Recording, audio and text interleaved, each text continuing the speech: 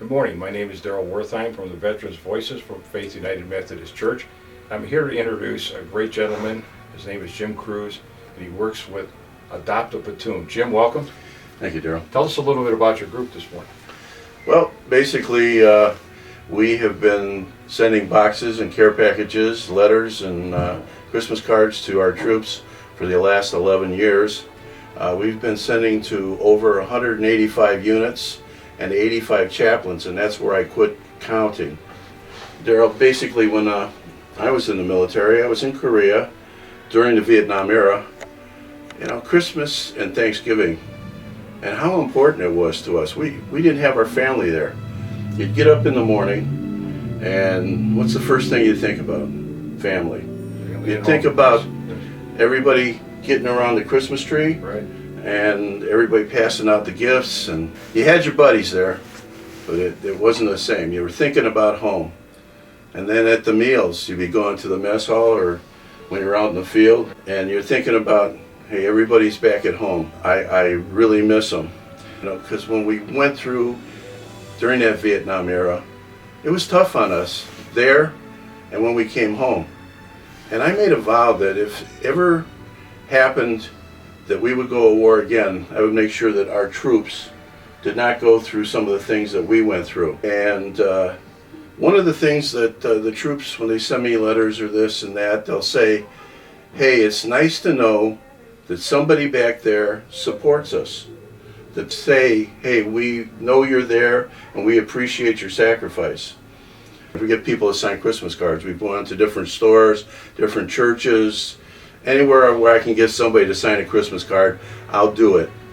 And the first year we got 400 signed Christmas cards. Last year we had 7,000 Christmas cards. Something that I want to do, and I know the people with me want to do. I've got a good team. Most of them are veterans, a lot of seniors. We've had some phenomenal things have happened. I had a nurse in Iraq, in Baghdad, in the green zone, and we sent her a lot of different things, and she wrote me a letter. She says, sir, I hate to bother you, she says, but I have to talk to somebody. We just had 28 mass casualties today. They came in the door, and the ones that we could talk to, we talked to them and held their hands, and the ones that we couldn't talk to, we just held their hands. That lady asked me for a karaoke machine, and we got it for them. They had a party for all the doctors and all the nurses, and we were able to help them with that. The villages here, they're terrible. He says the streets are muddy, there's feces in the street, and there's shrapnel all over. And all these kids don't have shoes. So we were able to send over 100 pairs of shoes. You know, just look for the support from the good people of this church. I guarantee you, whatever you do for us will not be wasted, and I thank you. Jim, thanks for the good work. Veterans Voices are here to help, and I know our congregation at Faith United is also here to help. Today, after our service, we're having a pancake breakfast. Everybody's invited to attend. We'll be taking a free will offering.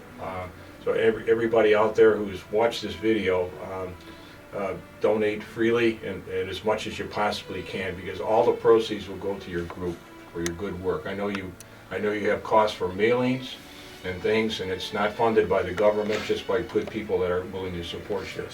So God bless you. You've done a great job, and you're continuing on, and I know we're going to continue to support. We're going to be with your group on November 17th.